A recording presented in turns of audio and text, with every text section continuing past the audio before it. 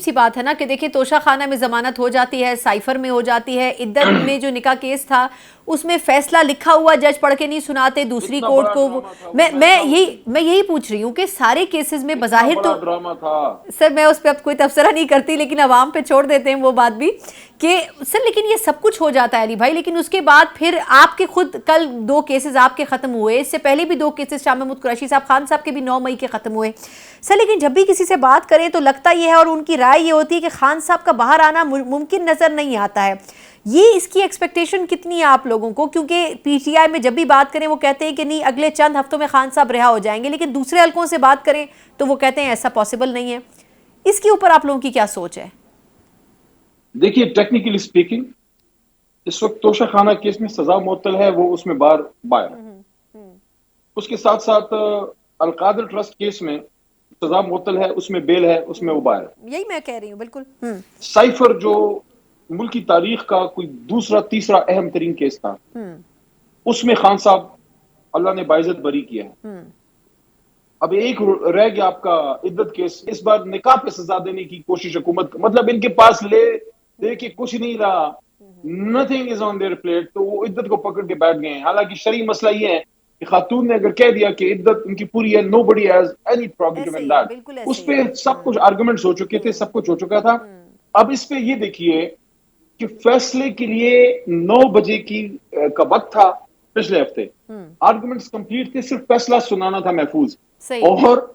فیصلے والے دن دوبارہ آرگومنٹ شروع ہو گئے. وہ محترم مانیکا صاحب تشریف لے آئے اور وہ انہوں نے ہڑبونگ مچائی, اور سابق وزیر اعظم کے بارے میں وہ حضرات سے رائے کی. ہم نے بڑی مشکل سے اندر سب نے اپنے ٹیمپریچر سکول رکھے, باہر ایک شخص نے کچھ کیا ہوگا لیکن اندر سب نے بڑا, کیونکہ ہم چاہتے تھے اپنے آرگومنٹس پورے کریں. ادھر سے جج صاحب اٹھ گئے, حالانکہ وہ جج صاحب پہلی دفعہ وہ درخواست ریجیکٹ کر چکے تھے مانیکا صاحب کی, تو دوبارہ. اچھا اب اس میں یہ ایک ہی کیس ہے جس میں کیس ہمارے حق میں ہے, کچھ بھی ان کے حق میں نہیں ہے. اس میں اگر انشاءاللہ فیصلہ خان کے حق میں آتا ہے تو پھر خان صاحب اور رہائی کے بیچ میں پھر اڈیالہ کا گیٹ ہے, اور جس کی چابی پھر ان کے پاس, ان کو کھولنا ہی پڑے گا. لیکن اب ان کے اگر ارادے ٹھیک, اب یہ دیکھیے نا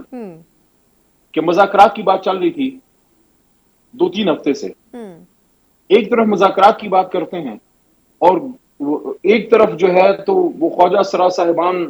آ کے تو ہمارے اتنے سینئر پولیٹیشین پہ انہوں نے وہ اپنا تب آزمائی کی کہ ان کی شہرت کرتے کرتے جو ہے وہ بچی ہے. تو یا آپ مذاکرات کر لیں یا پھر ہماری گردنوں پہ وار کر لیں, دونوں میں سے کوئی ایک کام کریں نا. ایک طرف علی بھائی مذاکرات کر لیں, دونوں میں کوئی ایک کام کریں نا. نہیں مجھے یہ بتائیں کہ یہ جو 2 آرڈیننسز لائے گئے, ایک نیب کے حوالے سے آرڈیننس لائے گئے, ایک منٹ,